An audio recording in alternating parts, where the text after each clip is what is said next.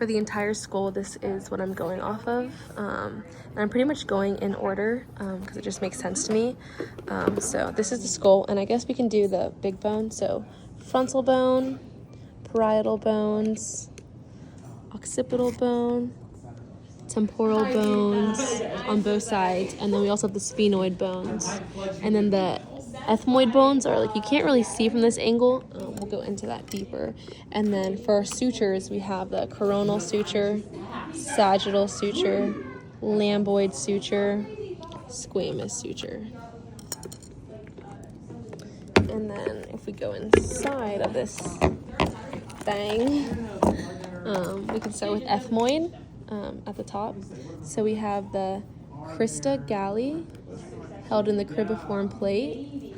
And then in the nose, we have the perpendicular plate with the middle nasal conchae, and then middle nasal conchae on the other side too. And then for the sphenoid, it's going to be this bat-looking structure. And in the sphenoid, we're going to start at the top. We have the optic canals, which are like the bat ears in my head.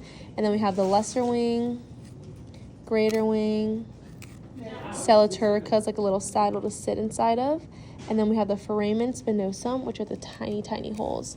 And then for our pterygoid process, we have the lateral side and the medial side of our pterygoid processes. That's the medial pterygoid process, lateral pterygoid process. Think of your anatomical positions. It's more medial, so medials, laterals of the pterygoid process.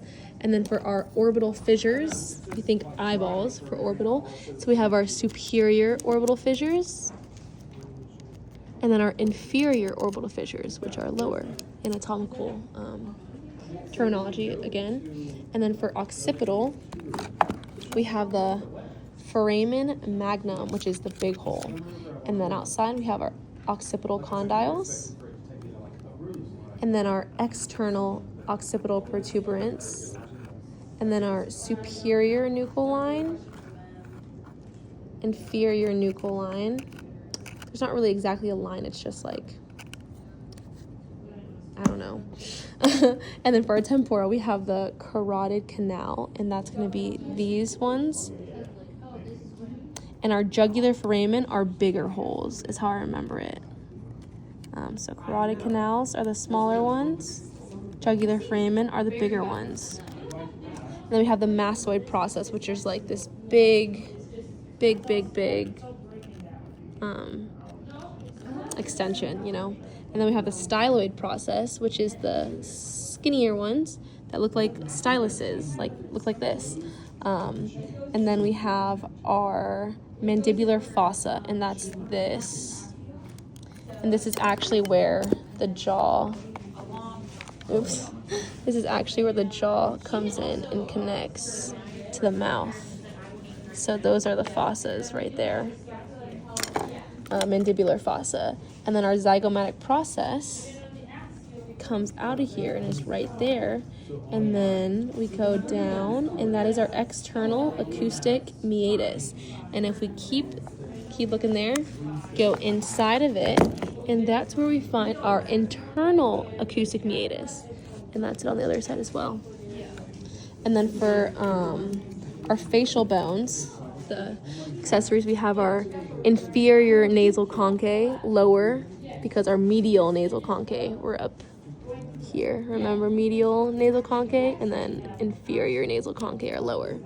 And then we have our nasal, which literally our nose bridge, and then the vomer is this little thing that protrudes a little bit out from the perpendicular plate. And then the zygomatic is like our cheekbones. If you remember, our zygomatic process is right here. So zygomatic bones. And then our hyoid bone is just a U-shaped bone, helps with the tongue. And then our maxillae is like this palate. Like this is the maxillae, and it's this entire, like, you know.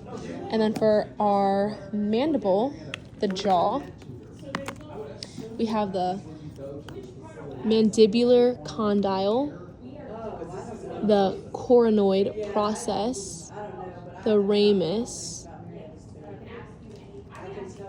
the angle, the body, mental foramen, and then mandibular foramen. And that's the entire head.